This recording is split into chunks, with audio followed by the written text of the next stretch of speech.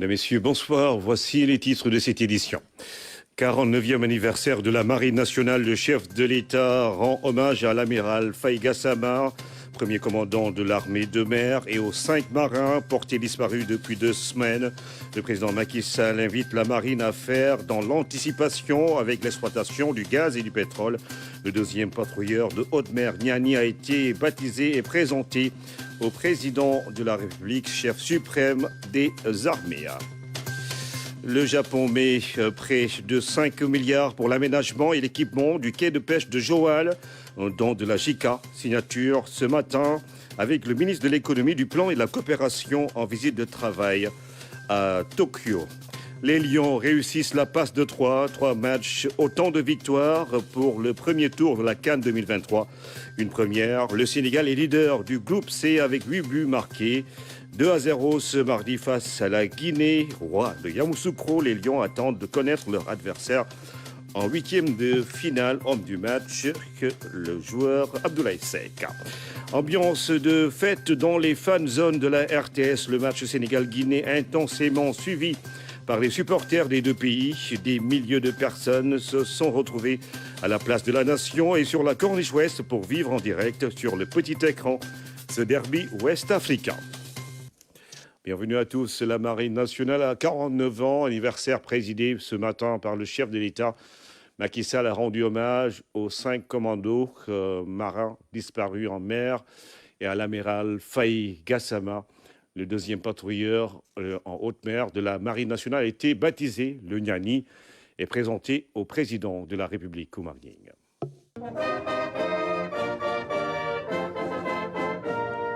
Le moment est solennel à la base militaire, amiral Faye Gassama. Honneur militaire et dépôt de gerbes de fleurs à l'entame d'une cérémonie qui permet au chef de l'État d'avoir une pensée pour nos morts, particulièrement les 5 commandos marins, qui, dans l'exercice de leurs devoirs, sont portés disparus en mer depuis 2 semaines. Il s'agit du second maître Makan Diouf, second maître Bernard Faye, second maître Omar Sambou, quartier maître première classe Philippe Ndom Sagne et quartier maître première classe Koukamidio Sambou.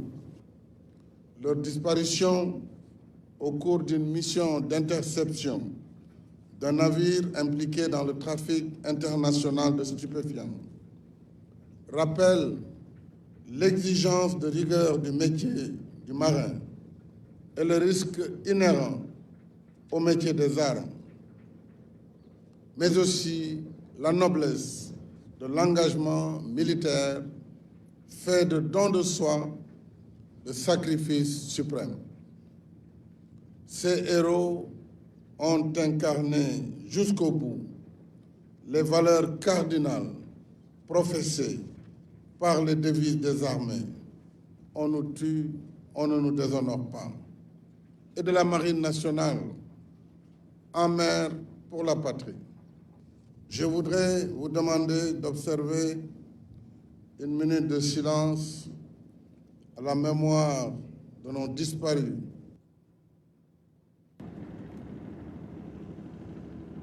Le baptême du patrouilleur Niani est à inscrire dans l'option stratégique de montée en puissance de la Marine nationale, chère au président Macky Sall. Notre stratégie navale Horizon 2050 fixe un cadre ambitieux mais réaliste qui aidera la Marine nationale à mieux remplir ses missions de défense et d'action de l'État en mer.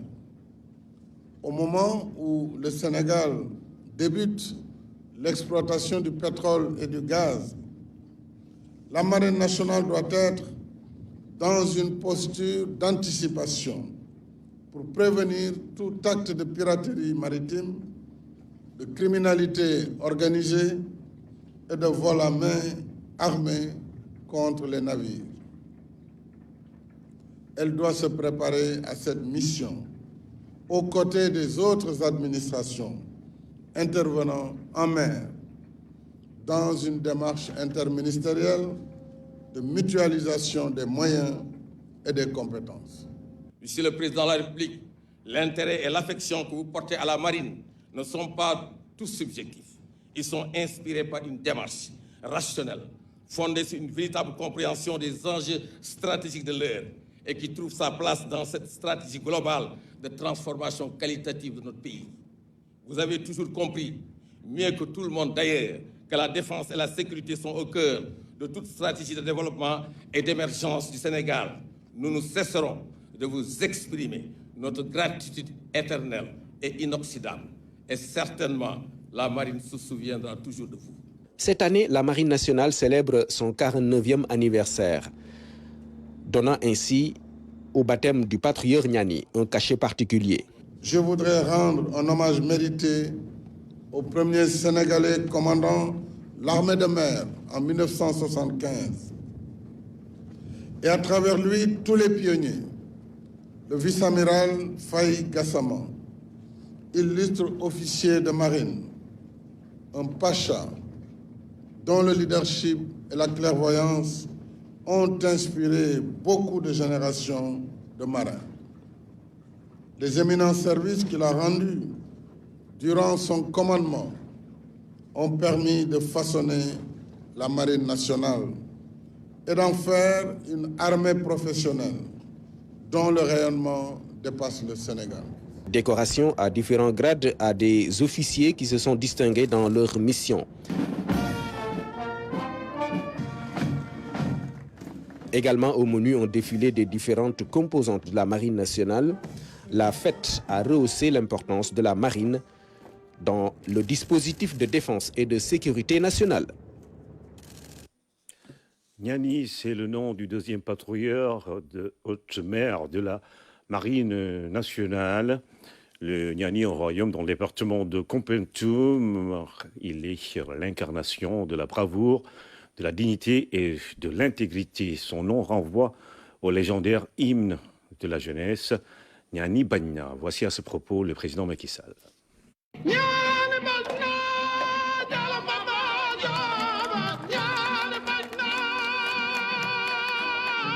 Le nom de Niani que nous avons donné au deuxième OPV 58S nous incite à nous remémorer la glorieuse contribution des peuples des terroirs de Ndungusin, Koungheul Socé, à l'édification de la nation et à la construction de son récit national. Comment ne pas évoquer la place de la célèbre chanson Niani Bagna dans notre imaginaire social? Je voudrais saluer les autorités politiques, coutumières et les représentants des populations du département de Kompentum ici présents. Et je voudrais distinguer le ministre Sidiki Kaba, ministre de l'Intérieur et ancien ministre des Forces armées. Le navire est le vôtre, Monsieur le Président du Conseil départemental. Il sera votre ambassadeur en mer et vous serez ses parrains et marraines à terre. Je voudrais également saisir cette occasion pour adresser mes vives félicitations au ministre des Forces armées, au chef d'état-major général des armées et au chef d'état-major de la Marine nationale pour le professionnalisme avec lequel vous pilotez le projet de construction des patrouilleurs de haute mer.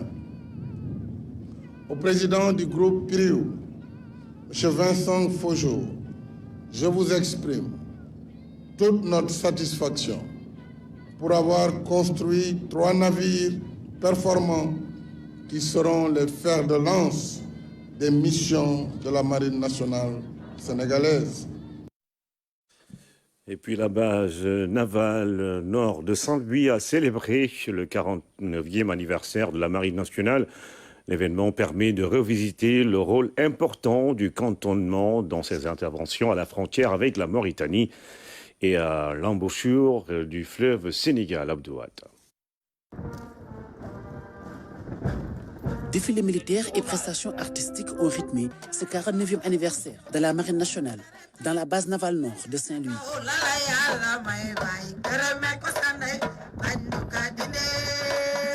c'est une occasion également pour nous de nous retrouver entre marins, de nous retrouver entre frères d'armes, mais également de nous retrouver avec la population, avec tous nos collaborateurs et partenaires, donc pour célébrer ensemble, rappeler nos missions, rappeler les actions qu'on a eu à mener et fixer le cap pour atteindre les objectifs stratégiques, opérationnels qui sont tracés par les plus grandes autorités de l'État et par le commandement supérieur. Il intervient dans un contexte particulier avec la disparition des commandos marins en début d'année. Un vibrant hommage leur est rendu, ainsi qu'aux valeureux frères d'armes tombés au front.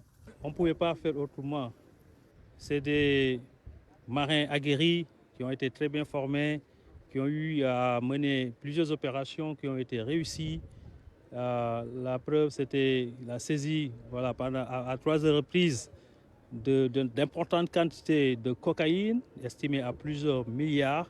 Donc ces vaillants marins, commandos marins, qui répondaient à l'appel de la nation, à l'appel du devoir d'aller empêcher tout acte illicite, dont le trafic international de cocaïne, sont malheureusement portés toujours disparus.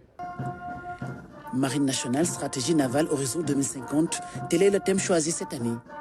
Un thème qui rappelle les missions qui attendent la Marine nationale, qui doit faire face aux crimes transnationaux, sécuriser la gestion des hydrocarbures. Relever de tels défis appelle à adapter les outils de défense et la formation. La stratégie navale horizon 2050 trace le cap, fixe le cap pour ce que devrait devenir notre marine. Donc en termes de moyens navals, en termes d'entraînement, mais également en termes de procédures, de coopération avec nos alliés pour qu'on puisse dominer la mer, dominer notre zone d'opération, dans l'ultime but de sécuriser les populations qui est seul notre devoir de défendre notre patrie, de défendre l'intégrité du territoire national et de défendre les intérêts stratégiques et économiques du Sénégal. La base navale nord de Saint-Louis est un poste de commandement stratégique. Il assure le contrôle des activités sur la frontière entre le Sénégal et la Mauritanie, ainsi que l'embouchure du fleuve Sénégal. En 2023, il a effectué 139 sorties en mer, a raisonné 15 embarcations clandestines et sauvé 82 vies humaines. Ouverture ce mardi à Diamniadio d'un symposium sur les années Macky Sall 2011-2024. Une initiative libre d'intellectuels et d'experts pour revenir sur la gouvernance politique et économique du Sénégal ces 12 dernières années. Pendant 2 jours, les panélistes vont revisiter l'œuvre du chef de l'État à la tête du Sénégal, Aboubakry Kane. L'objectif de ce symposium, c'est de présenter l'état des lieux du Sénégal tel qu'il résulte de la gouvernance du président Sall, de jeter les bases de la consolidation des acquis obtenus dans la gestion publique depuis l'indépendance et en particulier sous la gouvernance Sall, d'identifier les bonnes pratiques à pérenniser et à mettre à l'échelle et de passer en revue quelques défis subsistants et identifier les moyens de leur prise en charge adéquate. Un symposium aux allures d'un hommage rendu au président de la République pour son œuvre à la tête du Sénégal. Un exercice hautement républicain, une entreprise librement conduite par des intellectuels, des universitaires, des observateurs et des experts sur les réalisations qui ont profondément changé le pays. Par ce symposium, nous saluons un homme engagé qui a dit à son peuple qu'il peut déplacer les montagnes. Un homme qui a indiqué clairement que ce peuple peut forcer le destin et le plier à l'aune de nos rêves. Je jure de remplir fidèlement la charge de président de la République du Sénégal. Un homme qui a érigé des remparts pour la sécurité de ses compatriotes. Un homme qui a fait de la lutte contre les inégalités et les injustices un engagement impératif, pour ne pas dire axiomatique. Enfin, un homme qui a fait du Sénégal, dans la fidélité aux actes posés par ses prédécesseurs, une voix qui compte et retentit sur la scène internationale. Au-delà du leadership, le dévouement, l'engagement et l'inspiration au service du développement économique sont des indicateurs qui sont à la base de son parcours. Un bilan avec des aspects actifs et passifs, les réalisations et les perspectives.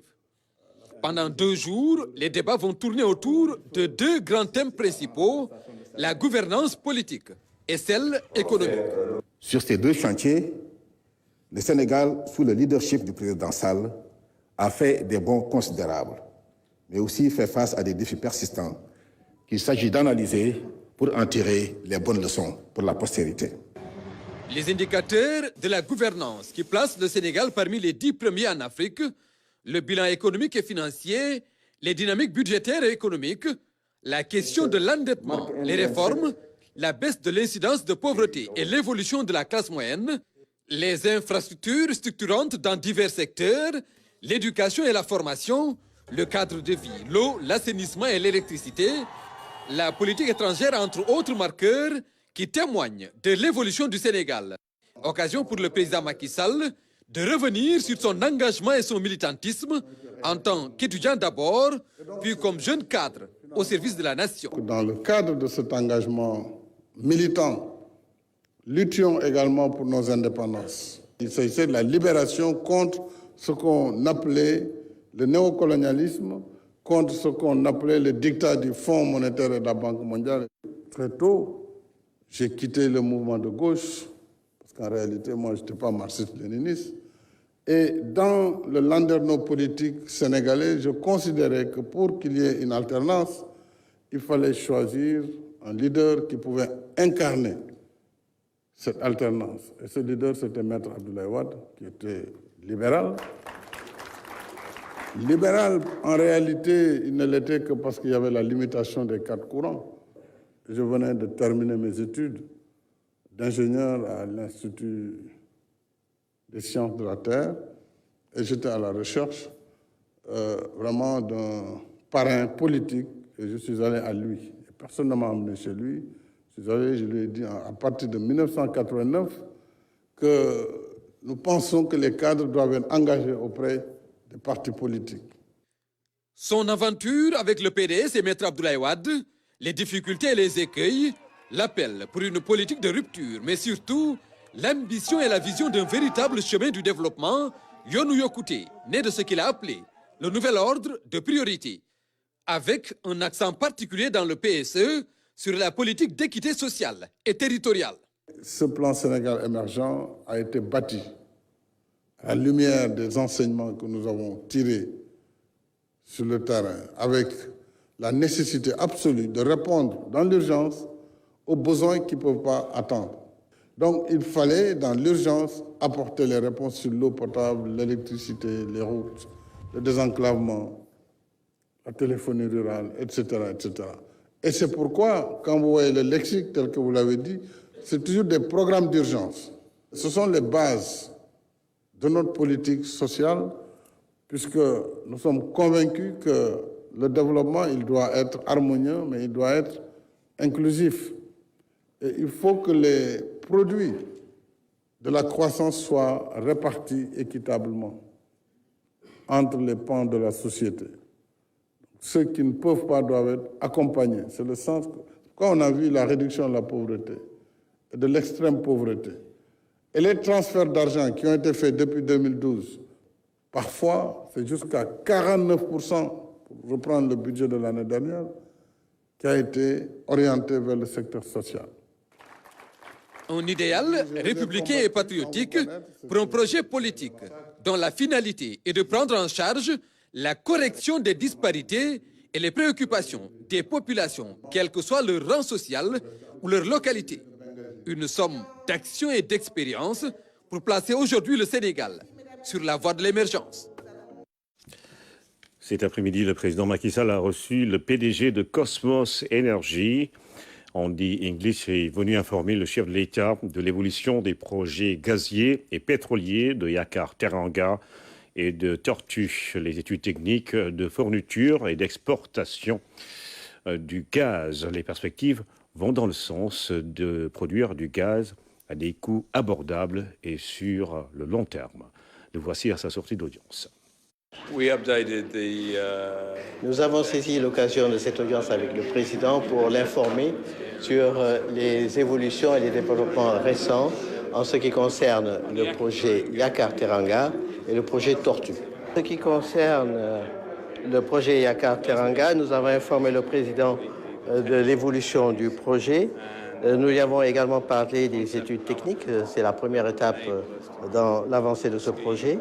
Nous avons également parlé au président du concept qui sous-tend ce projet Yakar-Teranga afin de le faire avancer. Et je dois dire que c'est un concept qui nous plaît beaucoup. C'est un concept qui nous permettra non seulement de fournir de façon locale à l'intérieur du Sénégal du gaz, mais également d'exporter ce gaz-là. Donc nous pensons que c'est un projet qui avance bien et que les étapes à venir le concrétiseront. Les perspectives consistent à produire du gaz à un coût qui soit abordable et sur le long terme. Et à ce niveau-là, je voudrais remercier le ministre pour sa coopération dans le projet et le remercier aussi pour ces formalités qui ont été accomplies afin de nous donner un statut d'opérateur. Et nous pensons que sur le fond, l'évolution du projet est tout à fait satisfaisante. Magal de Porokhane, le Premier ministre aux côtés du Khalife général des Mourides, Serigne Mountakha Bassirou Mbacké, dans la cité de Sornamam Djara-Bousso à Modouba, a réaffirmé les engagements de l'État pour la réussite de l'événement religieux à Ramdao. Porokhane, autre cadre de rencontre entre le Premier ministre et le Khalife général des Mourides, autre grande manifestation d'affection. toog ak yow di yëkkati ay kàddu sax lu ko diis la ne dafa xam ni nga ko téye te moom mii mu xam téye bi ni nga ko téye. Porokhane célèbre une sainte, la vénérée mère du fondateur du mouridisme. Dans ces instants de pèlerinage et d'hommage dédiés à Sokhna Diarra, les mots du Premier ministre devant le Khalife général trahissent un profond sentiment de gratitude pour les marques renouvelées d'attachement. C'est une ziar qu'on a voulu faire au Khalife général des Mourides. Nous connaissons la place de Porokhane. Tout est parti de Porokhane. C'est ici que la maman du vénéré Cheikh est. C'est toujours un plaisir de rencontrer le Khalife général des Mourides. C'est un homme sage, un homme qui a beaucoup d'affection pour nous. Nous sommes venus solliciter ses prières pour le Sénégal de paix, solliciter ses prières pour le président, solliciter ses prières pour la prospérité pour tous les Sénégalais. Le Khalife général Serigne Mountakha Mbacké fera témoigner de la cordialité de ses relations avec le Premier ministre Amadou Ba. Ses prières à son endroit seront très appuyées.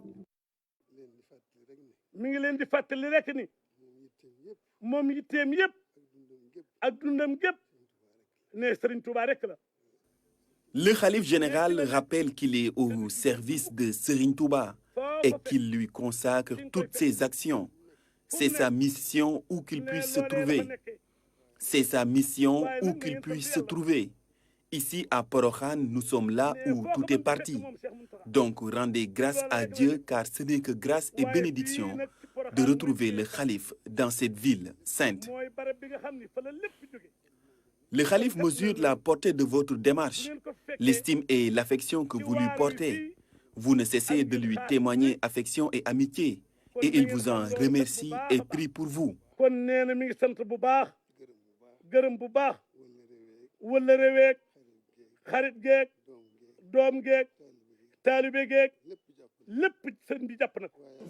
La séance se terminera sur un tête-à-tête entre le Premier ministre Amadou Ba et le Khalife général Serigne Mountakha Bassirou Mbacké. Un autre moment privilégié d'échange et de prière. Porokhane marque le point de départ d'une tournée du Premier ministre dans les régions de Kaolack et de Diourbel. Le passage chez Sokhna Bali a été aussi, comme toujours, empreint de convivialité. Le Premier ministre y est reçu, avec les honneurs. Toujours à Porokhane et à pied, le Premier ministre a effectué plusieurs ziars chez Serigne Issakha Bassirou Mbacké, chez Serigne Falilou Bassirou, chez Serigne Moussa Nawel et chez Serigne Cheikh Saliou Mbacké, entre autres, toujours dans la ferveur de cette veille de Magal. 1,118 milliard de yens, c'est le montant du projet d'aménagement et d'équipement du quai de pêche de Joal Fadiout. En don de l'Agence internationale de coopération japonaise, l'accord a été signé ce matin entre la JICA et le ministre de l'économie, du plan et de la coopération. En visite de travail au Japon, le Sénégal offre de nouvelles opportunités d'investissement qui intéressent les entreprises japonaises. Envoyé spécial, Minata Mbengfal. C'est une journée marathon pour la délégation sénégalaise avec des audiences au pas de charge et la signature d'accords de partenariat entre le Sénégal et le Japon. La coopération entre les deux pays est plus que jamais renforcée et elle va certainement se matérialiser avec la mise en œuvre de son nouveau programme de développement PAP3 2024-2028 qui ambitionne de porter la croissance du Sénégal à 9,2%. Et pour mettre son attractivité au service des ambitions de croissance du Sénégal, le ministre de l'Économie, du Plan et de la Coopération s'est lancé dans une campagne de séduction des investisseurs et décideurs japonais. Nous avons rencontré un certain nombre d'autorités et d'instruments également de financement. La JICA aujourd'hui, tout de suite, nous avons rencontré la GBIC, Nexi et les autres instruments GETRO. Le ministre en charge de l'économie pour aller vers une nouvelle dynamique de coopération. Le Sénégal entre dans une nouvelle phase de sa politique de développement, une nouvelle phase d'impulsion de la croissance. Pour cette impulsion de la croissance, nous avons besoin de références. Et le Japon est une des premières références que nous avons identifiées pour nous accompagner à atteindre cet objectif. Le Sénégal compte se donner tous les moyens pour atteindre ses objectifs économiques.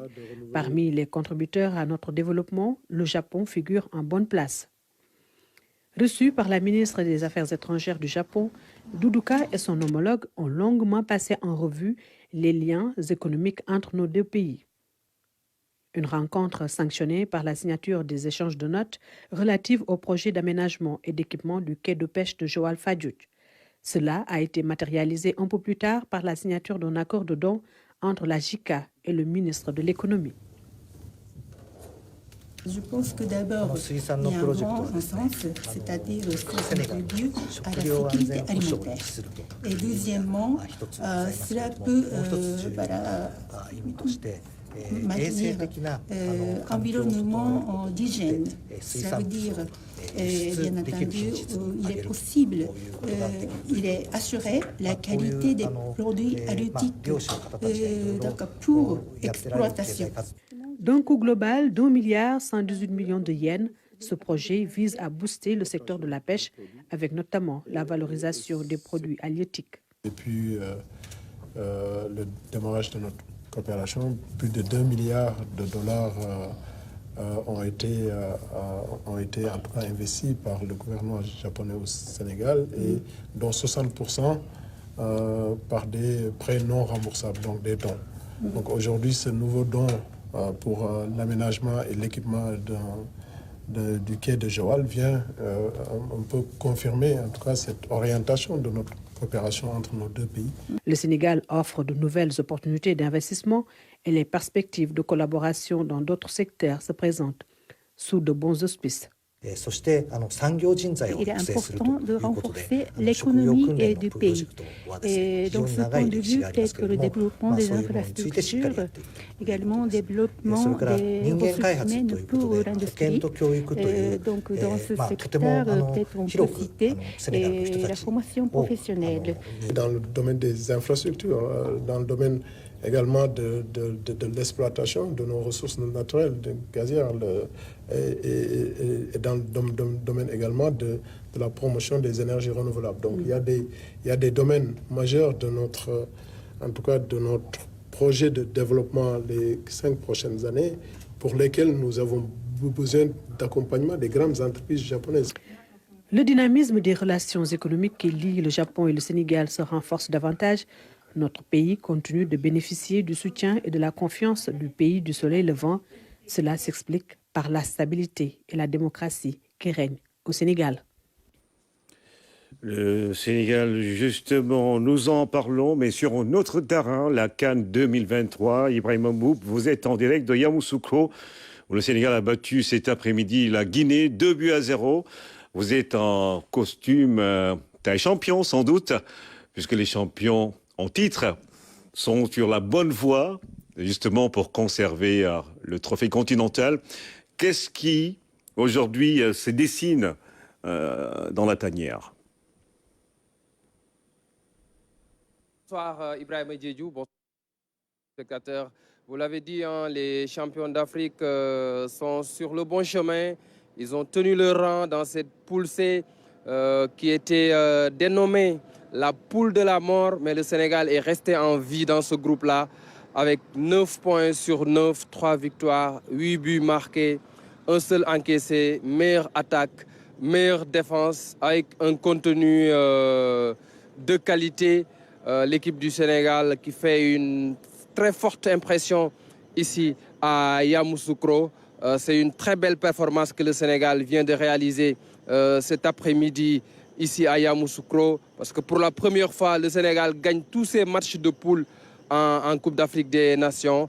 C'est une statistique affolante et cela montre la qualité dans cet effectif. Un groupe interchangeable, un groupe complet sur toutes les lignes. Le Sénégal qui allie efficacité et un très bon contenu. Le Sénégal maintenant est capable de prendre le ballon dans son dernier tiers et de l'amener dans le tiers adverse sans que parfois l'adversaire touche le ballon.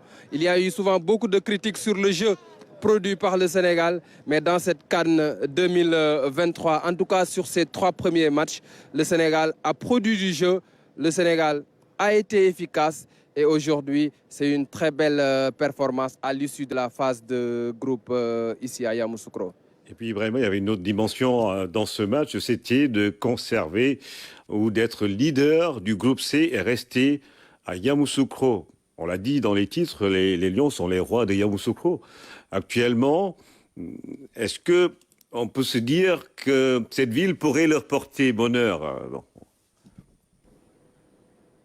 Et pour le moment, Yamoussoukro porte bonheur à cette équipe du Sénégal.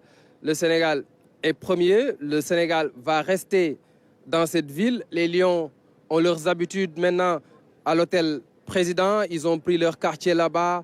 Ils connaissent bien la pelouse. Ils ont pris la température de la ville. Ils se sont acclimatés et ils vont rester ici pour jouer leur 8e de finale. Ce sera le 29 janvier. Mardi prochain à 20h, et le Sénégal qui attend demain pour connaître son adversaire. Et on est parti pour avoir le meilleur 3e qui sortira de la poule F. Et dans cette poule F, il y a le Maroc, il y a la République démocratique du Congo, il y a la Zambie et la Tanzanie. Et le Sénégal attend de pied ferme son adversaire en 8e de finale ici à Yamoussoukro. Alors Ibrahima, on va parler du match également des supporters. Comment cette victoire a été célébrée par le 12e Gaïndé qui, ma foi, est très uni apparemment, visiblement, sur les terrains de Yamoussoukro?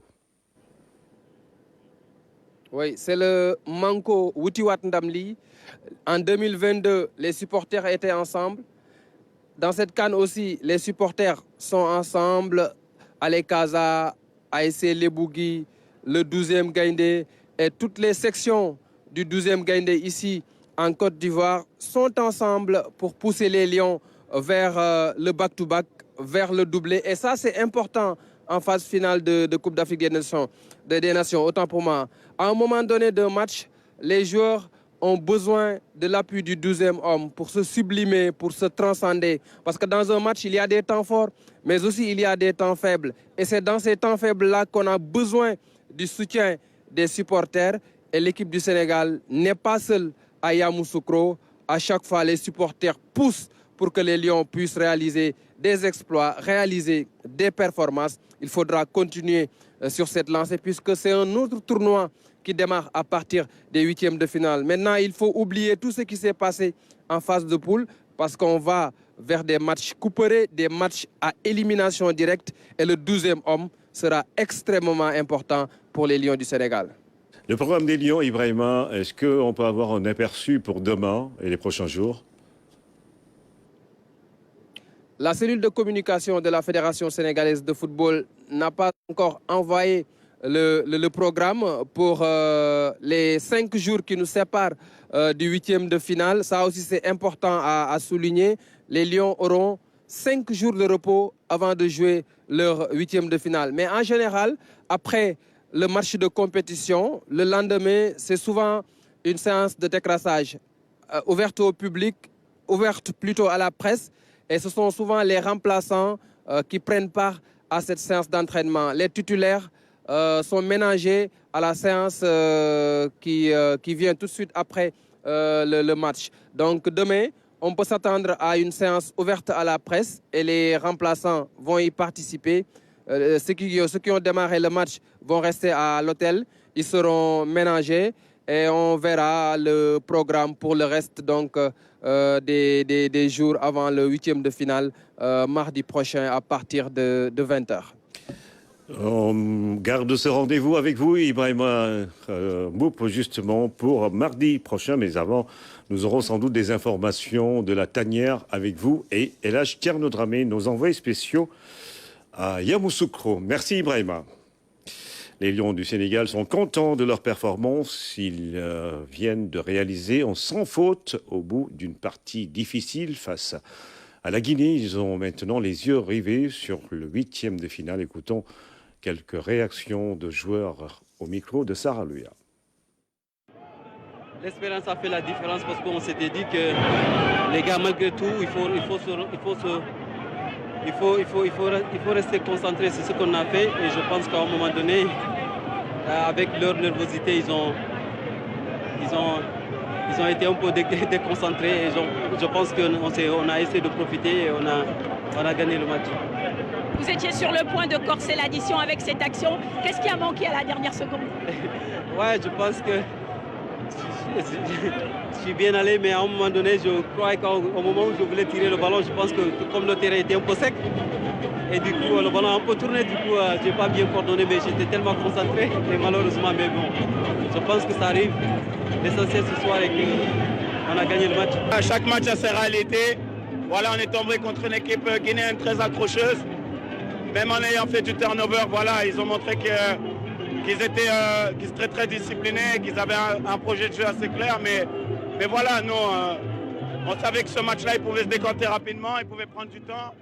On est resté fidèles à nos principes et à la fin, ça a payé. La suite pour l'équipe aujourd'hui, l'objectif, c'est? L'objectif, c'est de passer les huitièmes. Voilà, on aura un adversaire. On attend de voir contre qui ça sera. Mais comme je l'ai dit, on ne regarde pas qui est qui. On sait qu'on aura affronté des grosses équipes. On a juste à bien se préparer et être focus sur le prochain match. Ouais, c'était un match difficile. On sait que tous les matchs n'ont pas la même histoire. Ça a été un match très difficile. La Guinée est venue avec ses armes. Je pense qu'ils voulaient gagner le match aussi. Et nous aussi, on voulait le gagner. On a tout fait pour le gagner. On l'a débloqué sur un coup de pied arrêté et sur une contre-attaque. Donc, c'était les plans du coach. Il savait qu'on pouvait le débloquer comme ça et on l'a fait. Donc, alhamdoulilah, ce soir. Je suis très content. C'est un rêve devenu réalité. Je l'attendais ce but et voilà, maintenant il est venu. Et voilà, dans le match, ça a facilité un peu le match à la fin. On était plus tranquille et voilà. Vous le dédiez à qui ce but que vous marquez ce soir? Je le dédie à ma famille qui me regarde de très loin, qui m'ont aidé depuis que je suis petit. Et tout le peuple sénégalais, parce qu'ils étaient derrière moi depuis. Et voilà, maintenant je suis très content. La suite pour vous aujourd'hui, huitième de finale, quart de finale, jusqu'au bout du bout? On y croit, hein, on y croit. Mais comme on a dit, on joue 7 finales. Il en reste 4 et on va les approcher comme on les a fait avec les 3 matchs passés. Et voilà, on va continuer à y croire et faire tout ce qu'on peut pour aller jusqu'à la finale. Abdoulaye Seck, homme du match Sénégal-Guinée, le défenseur sénégalais a inscrit le premier but de la partie, première titularisation et premier but en équipe nationale. Il évolue au Maccabi Haifa. Vous voyez sur ces images les autres joueurs le charrier un peu. Il évolue au Maccabi Haifa en Israël. Après, un passage au Kazaspor. Abdoulaye Seck donc élu homme du match après ce but de la tête qui ouvre le score face à la Guinée. Les deux sélectionneurs étaient également devant la presse. Aliou Cissé s'est dit satisfait de la prestation de son équipe. Il a donné des nouvelles de Pape Gueye, sorti sur blessure. Kaba Diawara, lui, est déçu d'avoir perdu ce match. Abdoulaye Seck, homme du match, comme je le disais, était présent à la conférence de presse. Les voici au micro de nos envoyés spéciaux, Sabassi Faye, Mamadou Fall et là, Tierno Dramé. Forcément une grosse satisfaction, satisfait de mes joueurs, satisfait des garçons. On a eu une très bonne préparation depuis le 29 décembre. Vraiment, on est ensemble. Nous savons que c'est un groupe très compliqué. D'ailleurs, beaucoup disaient que c'était le groupe de la mort. La malédiction, comme on dit, du champion. Donc aujourd'hui, je pense qu'en 3 matchs, on a pu montrer que on était capable de ne pas dormir sur nos lauriers, malgré qu'on est champion d'Afrique. Comme je le dis, vraiment satisfait du rendement sur ces 3 matchs-là.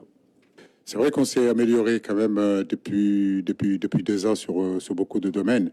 Les gens se posent toujours la question de l'inefficacité de mon équipe. Aujourd'hui, sur cette CAN-là, effectivement, en 3 journées, nous avons marqué 3, 6, 8 buts. Donc c'est un bon ratio. C'est parce qu'aussi, on a un jeu qui nous permet aujourd'hui de mettre en valeur aussi nos milieux de terrain, de mettre en valeur nos attaquants. Avant, c'était plus sur des individualités, mais je crois qu'aujourd'hui, c'est beaucoup plus sur le collectif que cette équipe-là a été conçue, cette équipe-là a été pensée. Et aujourd'hui, avoir marqué 8 buts en 3 journées, c'est vraiment une grosse satisfaction pour nous. Maintenant, comme je dis, ce sont des matchs de poule. Il va falloir récupérer. On a 5 jours devant nous pour préparer encore les 8e de finale, mais je suis très satisfait de ça. Félicitations déjà. Merci. C'est juste pour demander, est-ce que vous avez des nouvelles de Pape Gueye? Il est sorti sur blessure. Est-ce que c'est grave? Est-ce que vous avez une idée en tout cas de ce qui se passe pour lui? Non, il a ressenti une petite douleur au niveau du mollet. On a décidé de le sortir pour ne pas prendre de risques avec lui. Mais je pense que d'ici demain, on saura exactement ce qu'il en est. J'espère vraiment qu'il n'y a rien de grave. C'était un match avec beaucoup d'intensité et c'était un derby, donc ça a un peu chauffé. Il y avait un peu de nervosité alors qu'on était tous les deux qualifiés. Donc bon, c'est un petit peu dommage pour l'image, mais après, clair est de constater que voilà, ils nous ont battus, ils ont marqué 2 buts. On a bien appris ce soir et voilà. En fait, le premier but, on prend un coup de pied arrêté. Ils ont été malins, ils ont joué vite, ils nous ont eu. Et puis après, le deuxième but, il est un peu anecdotique parce qu'on pousse pour faire le 1 partout. Et on prend ce but. Et à ce rythme-là, on aurait même pu en prendre un 3e. Donc voilà, c'est vraiment dommage parce qu'on voulait gagner ce match. Et voilà, maintenant, il faut se tourner vers le 8e de finale. Comment on se sent après avoir été désigné homme de match? Ouais, tout d'abord, je vais remercier le bon Dieu de m'avoir aidé de jouer un bon match, d'avoir marqué mon premier but pour la CAN. Je suis très content et désigné homme du match, ça fait du bien pour moi. On savait déjà que la CAN, ça ne va pas être facile pour nous. Donc on avait des objectifs à atteindre. Et pour moi, nos objectifs à atteindre pour gagner nos 3 matchs. Et ça reste pour moi, comme on avait dit, ça reste encore 4 matchs. Donc on va rester humble et garder les pieds sur terre et continuer à travailler, Inch'Allah. Merci beaucoup, champion, et félicitations encore.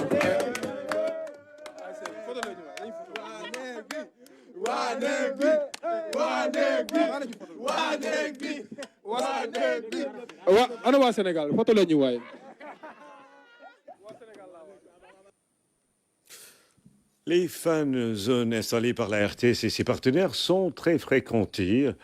Les supporters connaisseurs, pour certains, ont massivement rallié la place de la Nation. Un match intensément vécu avec à la clé une belle victoire et une belle ambiance que nous décrit Mansour Dian et Abdoulaziz Ban. À chacun sa partition à la fan zone de la place de la Nation. Le comité des supporters Alekaza assure l'animation durant 90 minutes sans interruption. Chez le public, la concentration est au maximum avec une grande confiance quant à l'issue de la rencontre dès les premières minutes. On va gagner. On a une équipe qui peut bien gagner le coup. Donc j'ai pleine confiance. On n'a rien à peur, quoi. Bien sûr, la première partie est assurée.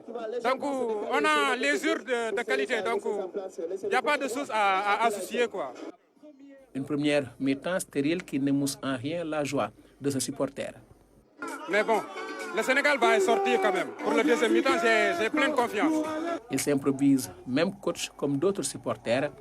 À l'équipe de Sonokar, il faudra ajouter une autre rubrique, 18 millions d'entraîneurs. Koulibaly, fait doucement, quoi. Parce qu'il y a trop d'essais techniques au niveau de Koulibaly. Donc il faut qu'il fasse doucement. Il fait comme Namplis quand même. Namplis a bien assuré. Matassar et Crépin doivent sortir. Sabali et Ganegé doivent rentrer, puis on renforce la tête et bien jouer.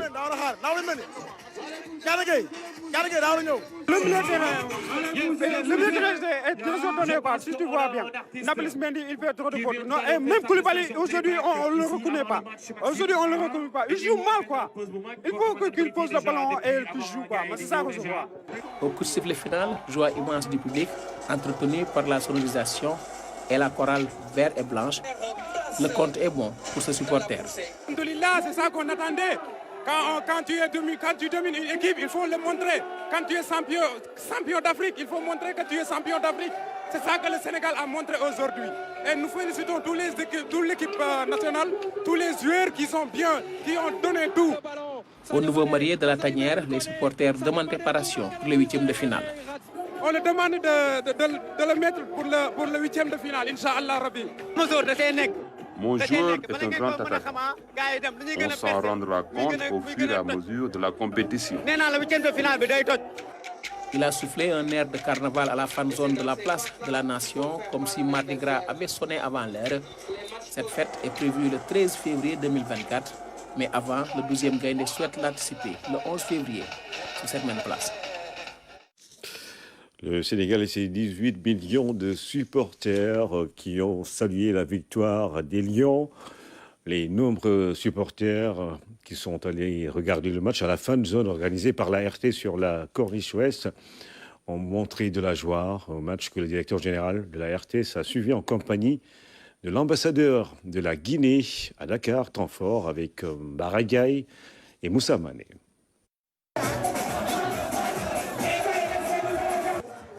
Au coup de sifflet final, une grande explosion de joie sur la Corniche Ouest. Les supporters venus en masse ont jubilé suite à cette brillante victoire des Lions contre le Sili de la Guinée. Je suis contente! Je suis contente, c'est tout! Ça se fait avec un grand plaisir, on est trop contents, vraiment. La CAN n'est pas encore terminée. Foncez à fond! Aussi remercier Aliou Cissé, celui qui met en bonne tactique de jeu, aussi les changements qui font différence, c'est ça qu'on veut. Et c'est ça l'idéal, quoi, de trouver l'équipe Sénégal dans un autre niveau, professionnel, de haut niveau. Donc on remercie particulièrement toute l'équipe nationale. Initiatrice de la fan zone, la RTS a eu un invité de marque en la personne de l'ambassadeur de la Guinée à Dakar. Il est venu suivre le match en compagnie du directeur général de la RTS, Racine Talla. Je commencerai d'abord par féliciter mon équipe nationale, le Sili national, qui n'a pas gagné le match, mais qui n'a pas aussi démérité. Alors que le Sénégal et la Guinée sont des pays frères, c'est des pays amis. Cette rencontre est une rencontre amicale qui prouve à suffisance les potentialités africaines de l'Ouest qui s'est démontrée aujourd'hui. L'ambiance était au rendez-vous durant toute la rencontre. Une fraternité également symbolisée par la présence de supporters guinéens. Avec l'ambiance, le match avec beaucoup d'ambiance. Donc c'était deux pays, on a vu de beau football. Donc le Guinée a produit un match. Donc on a vu que dans les deux côtés, on a vu de beau football. Donc c'est l'Afrique qui gagne, comme on le dit toujours. L'équipe nationale du Sénégal fait carton plein dans son groupe au grand bonheur de ses supporters. Quant à la RTS, elle donne rendez-vous au public au niveau des fan zones pour la suite de la compétition, avec un seul souhait, aller jusqu'en finale et pourquoi pas remporter une seconde étoile.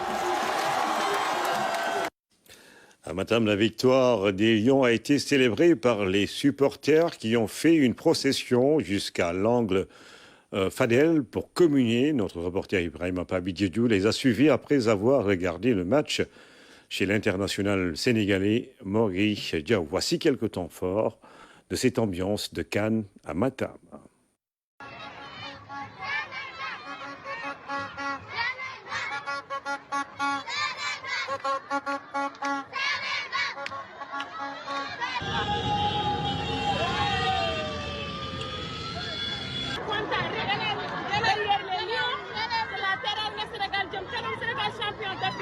On l'a vécu normalement, correctement et on était fiers.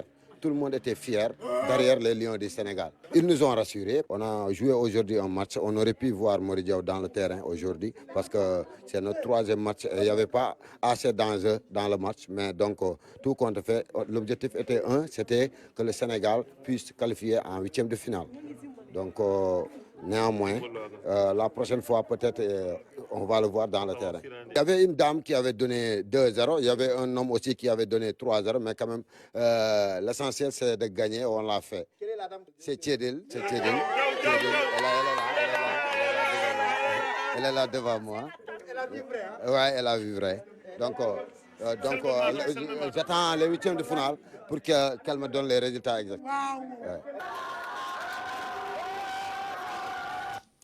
3 matchs, 3 victoires. Les Lions font le carton plein avec 9 points. L'équipe du Sénégal est leader incontesté du groupe C.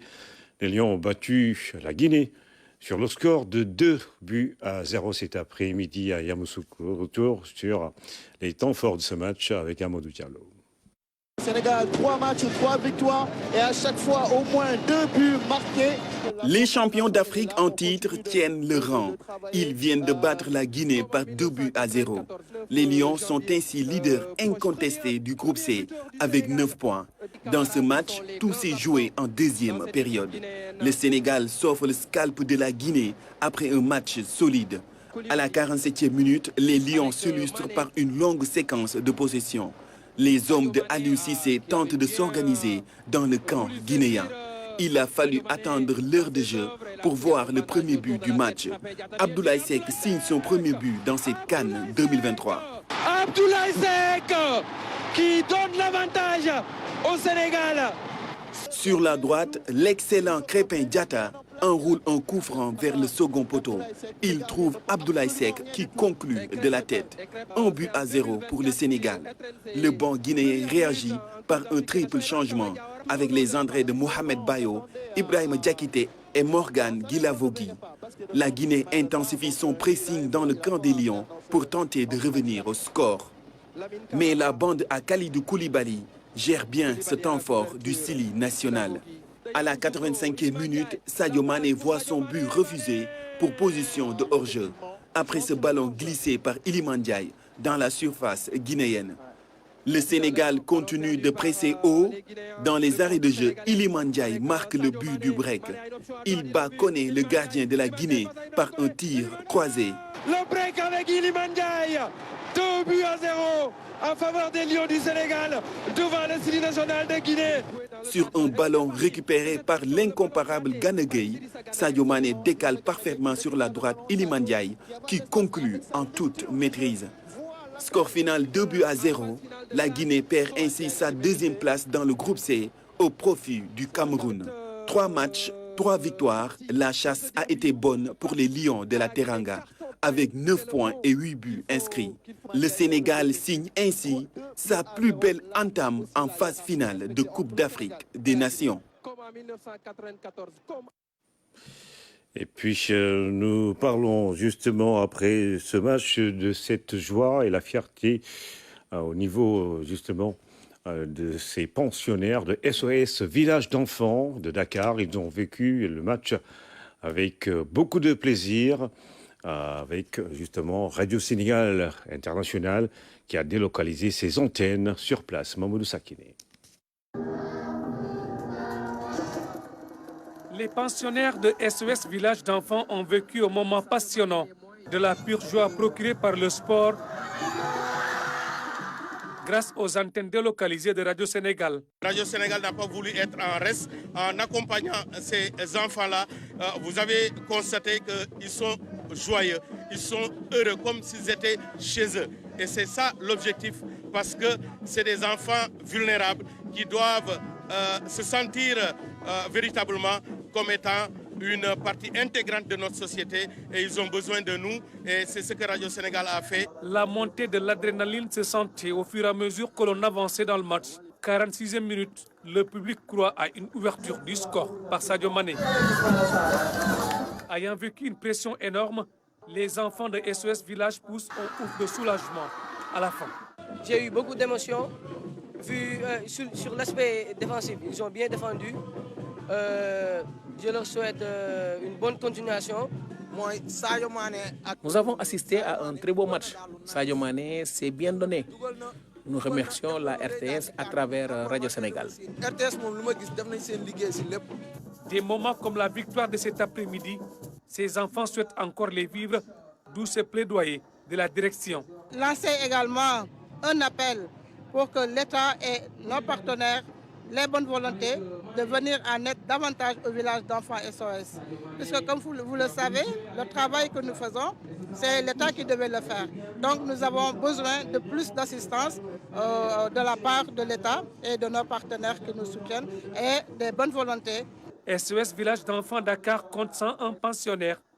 Créé en 1976, le centre soutient également 2000 enfants à travers le programme de renforcement de la famille.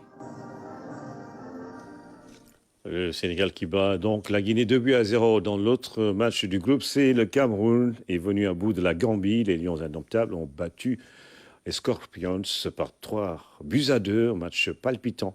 Le Cameroun qui prend ainsi la deuxième place du groupe et se qualifie pour les huitièmes de finale à Amadou Diallo.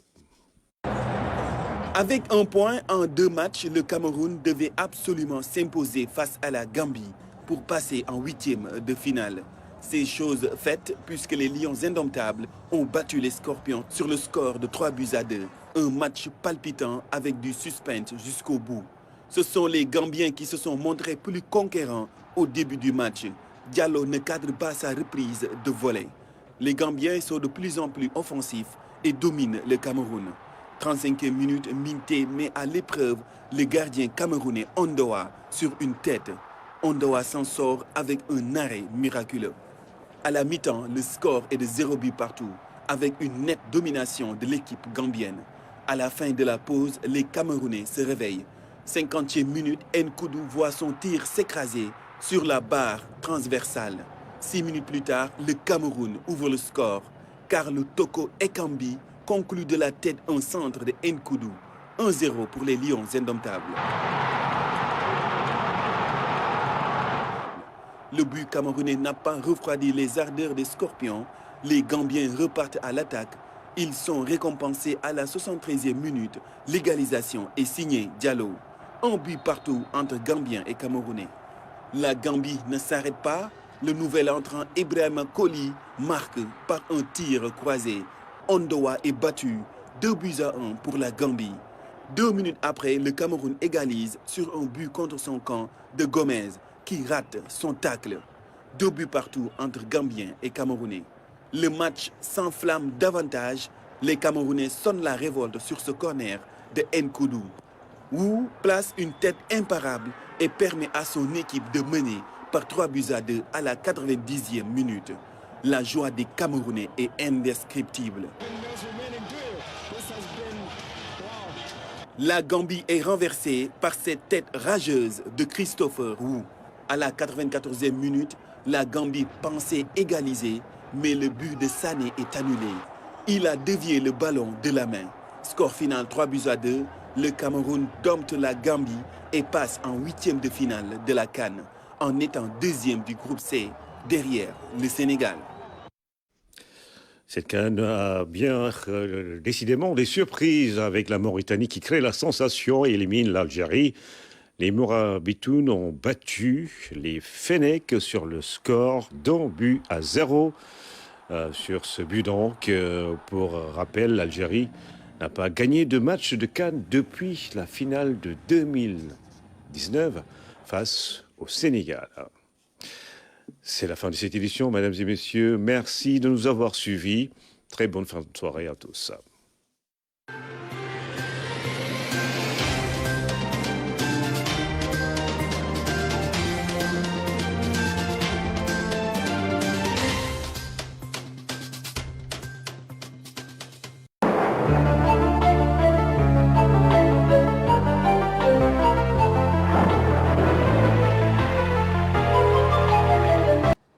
Chers téléspectateurs, bonsoir. L'actualité météorologique reste marquée par de la poussière actuellement en cours à l'intérieur du pays. Poussière qui a débuté donc depuis ce matin et qui va se poursuivre jusqu'au jeudi à 23 h.